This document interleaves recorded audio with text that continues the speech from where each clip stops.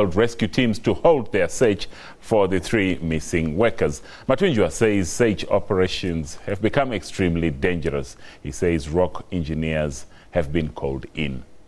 The 3 miners went missing last week on Friday when their container they were working in collapsed into a shaft following a rockfall.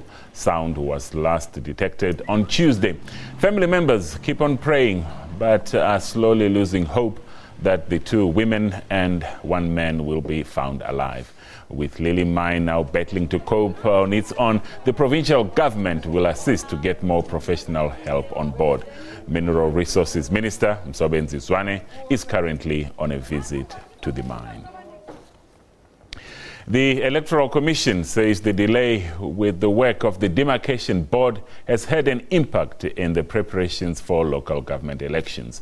The IEC chairperson, Dr. Glenn Mashinini, briefed the South African Editors Forum in Cape Town. The meeting also got a briefing from the Deputy Minister of Public Service and Administration, Ayanda Tlotlo. Men and women who run the newsrooms in the country, taking stock of what has been happening around the country and business of the newsroom. The orchestra was there to share information on the eve of the elections. The institute says as part of preparations, meetings were held with political parties. It also gave honest view on the issue that affected preparations. The issue of the demarcation is that it took place within our what we call standard period, which is we are always ready at least 18 months before an election. But when the new administration came into office, they then actually asked for a redemarcation and merging of some municipalities. And that process is only just completed now in December. And as such, there are some cases that appeal before the courts, and there's some communities that are not in agreement. So we anticipate that if those things are not resolved on time, they may adversely affect the election. However, we remain optimistic about them. The other thorny issue is teachers being used as election officials. The due process follows that in each particular locality we determine co-determination with the political parties. There would be areas where we may differ, but we are actually working to the best of our ability in ensuring that we observe the labor laws of the country. At the same time, we also balance that in ensuring that there is a competency and proficiency that is commensurate to our requirements at each voting station. Young people have been called on to participate in the coming elections. The focus of our campaign is that the youth must come on board. We have identified that they still remain an underrepresented age group, and we will be actually pushing optimum involvement and participation of our youth. The Department of Public Service and Administration was also there to share information on open government partnership, a multilateral initiative aimed at securing comments from governments around the world to promote transparency. We have been with the OGP at a steering committee level since 2011. We've signed the declaration that speaks to transparency, good governance and accountability, but also enhancing the use of technology and employing innovative ways of communicating with our people. So basically, in a nutshell, that's what it's about. What we then do is we meet with civil society, we crisscross the country, talking to people in the development of a country action plan. After a year, again, we do that, and we get the feedback from civil society and citizens in general to hear their views on whether or not we have lived up to the country action plan that we had committed ourselves to. These are the issues the meeting is expected to grapple with.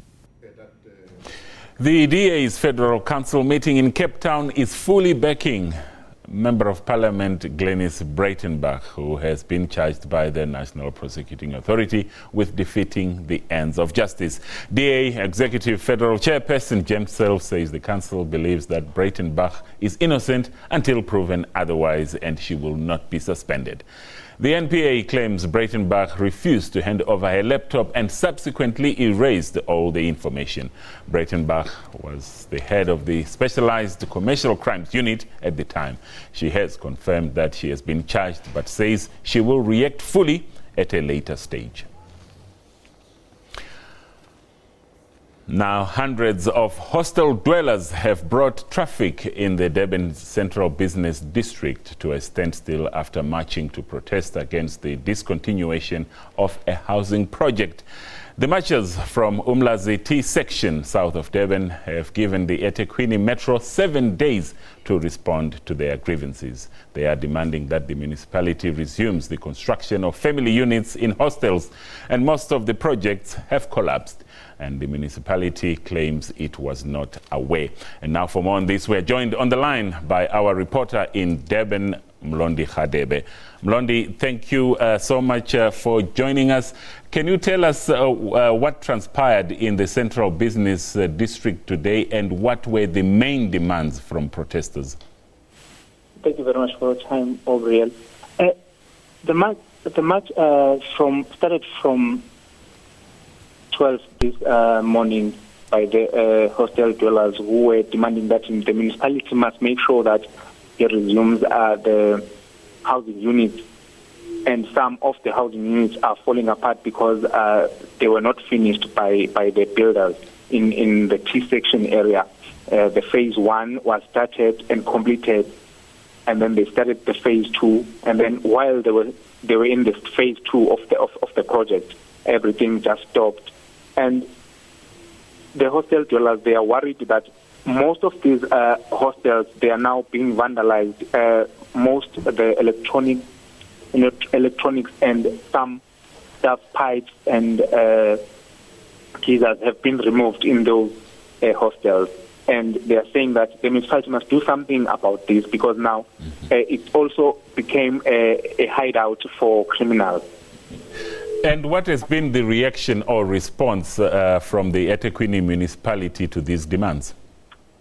The municipality said they will sit down with the hostel dwellers and find out what was the problem, and because they seem to be not aware of the problem, as the project has stopped, and the project that no one was allocated to the rooms. So they have to sit down with the hostel dwellers and find out and paving the way forward. And is the demonstration still continuing and causing havoc in the Central Business District? No, they dispersed peacefully after they've handed over their memorandum to the municipality at the City Hall. All right, thank you so much. That was our reporter there, Mlondi Radebe, speaking to us live from Durban in KwaZulu-Natal. We'll take a short break.